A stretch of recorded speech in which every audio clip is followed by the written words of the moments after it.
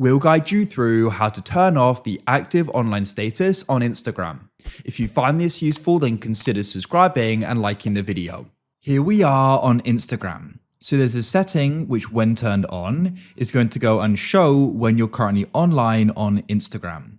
And it can go and say when you were last active as well. So we're going to guide you through how you can go and turn this off, because otherwise people may go and expect a reply from you. To get started, come to your profile by pressing the button in the bottom right. Then press the three lines in the top right to open up settings and activity.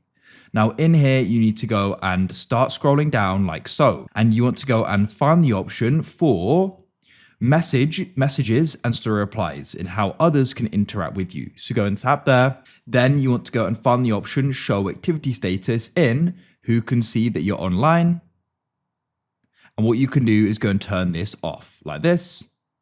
And that's it. So now people can't go and see, but it does mean you won't be able to go and see the activity status of others as well.